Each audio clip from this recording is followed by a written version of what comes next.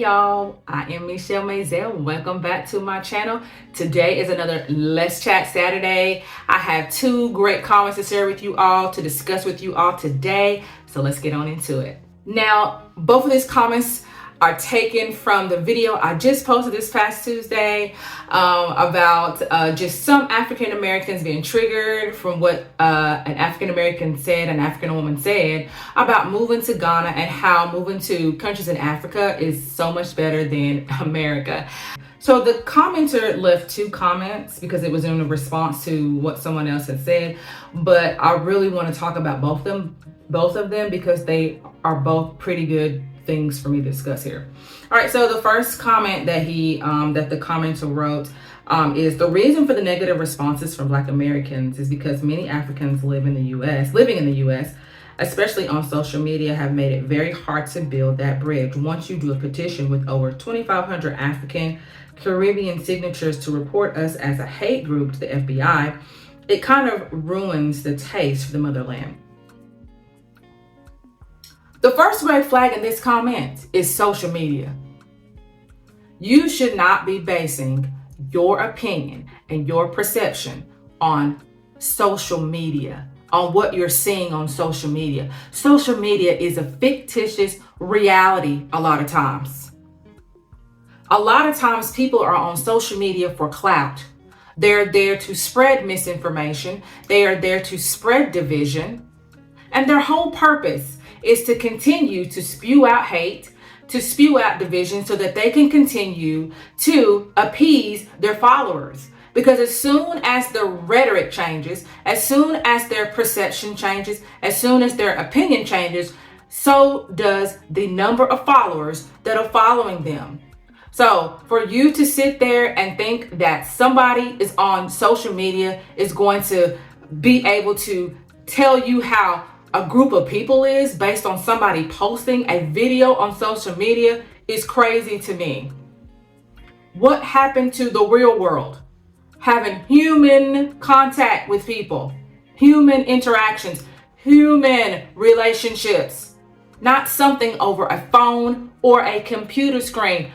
You put too much trust, and people have put too much trust on social media. Social media is for entertainment purposes. Yes, you can get a lot of information from it. Yes, you can get a lot of variety of different perspectives by looking at social media, but ultimately, you gotta read a book. You gotta do more than just watching a video. You have to actually go out into the world and allow yourself to be in these situations with different people and be able to come up with your opinion that way, not sitting in front of a computer or a phone screen and think that you're going to understand a group of people by what you see on social media. That right there is a red flag for me. You should not be basing your opinion and your perceptions on social media based on what you're seeing on social media. It should be on people, human interactions, human relationships that you have experienced, not trying to live through somebody else's experiences. And that's what happens on social media. Somebody goes on social media and tells you their experiences. And they're sharing your experiences because that's what happened to them. But then you have to say to yourself, it never happened to me. So because it didn't happen to me, I don't believe it. I don't have to worry about it. And you keep moving. But a lot of people take somebody else's experiences and make it their own. They take somebody else's opinions. They take somebody else's beliefs and values. And you see it on social media and you think it's the gospel. You think it is 100,000% true. And you don't even take the time to come up with your own opinion about something, your own belief about something based on what you've experienced, based on what you've seen, not because somebody shared a video on social media. The problem is that there are some Black Americans that sit back and act like that they are not doing anything wrong in any type of situation. And that whole victim mentality, you're going to have to change that. We can't be victims forever. You can't be a victim forever. You're going to have to take some responsibility for something. You can't always be a victim. Everybody can't always be a victim. So if a bridge needs to be bridged, there has to be conversation. And you got to be willing to step outside of that organization and actually have conversation with real immigrants. Not something you see on social media, and not something that's being spoon-fed to you by somebody on social media. You have to do your homework. You have to have a relationship with immigrants to see, is it really true, or is this just another way for hate and division to be spread for whatever reason? Now, the next comment that he wrote was a little longer because somebody had another commenter. She had said that 2,500 African and Caribbeans is not a large number considering how many actually are going to the U.S. I mean, that's not a lot of people, okay? That's definitely not a lot of people that you need to be worried about. And so he commented to that, and this is what he said. The population in Africa has nothing to do with America. The logic is, if you do not understand the racism in America and the history of Black people being unalived or jailed by being tagged as a hate group, then I understand your ignorance.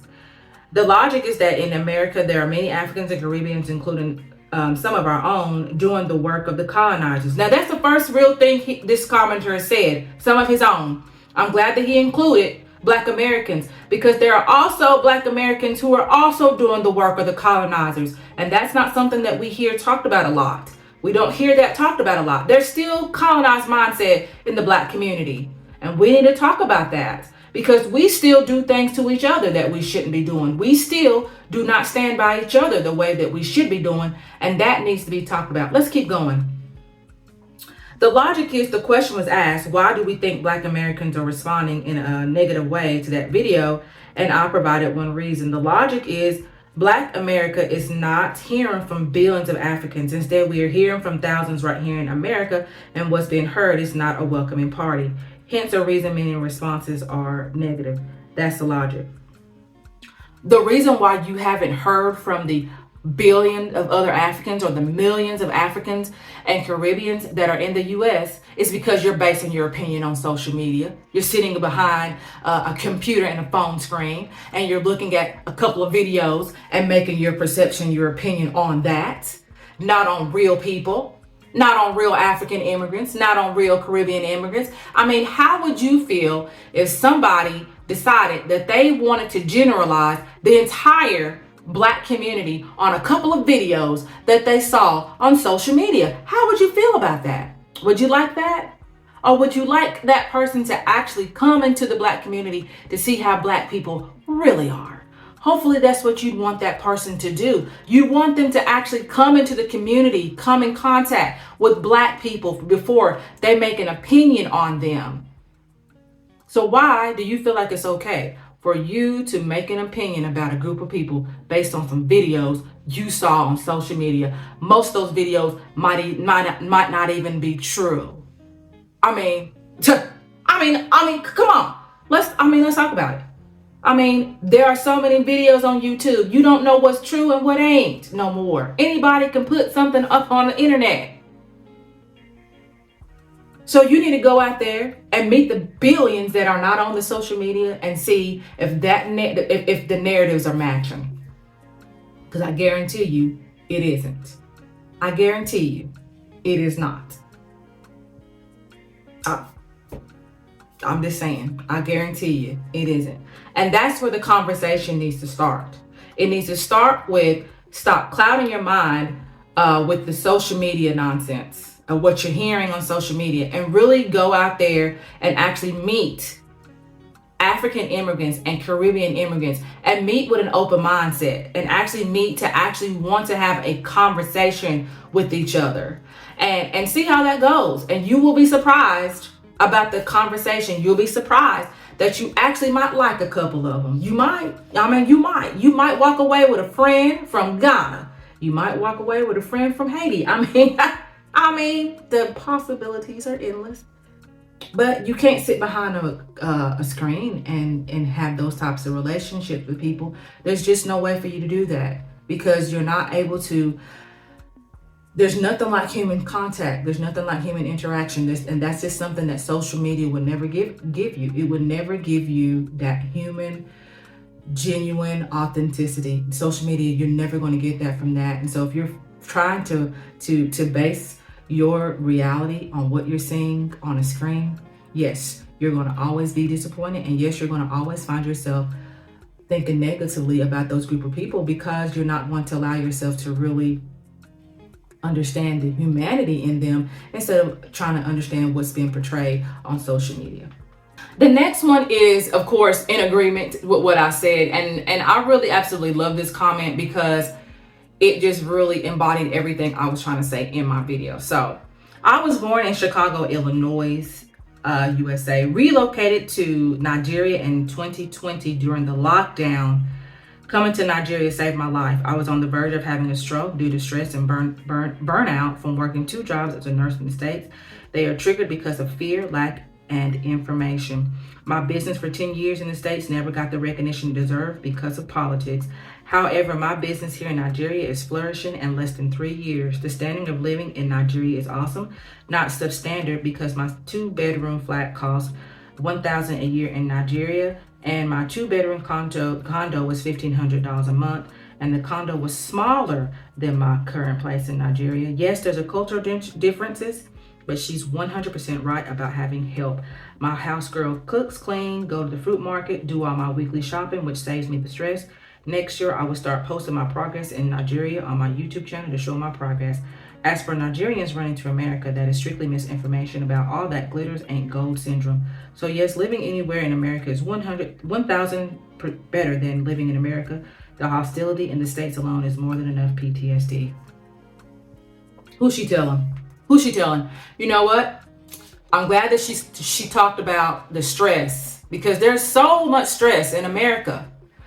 I know people who have been working 2 to 3 jobs. I know people who are teachers, go on and get an education and happen to work another job because the teacher salary is just not enough for them.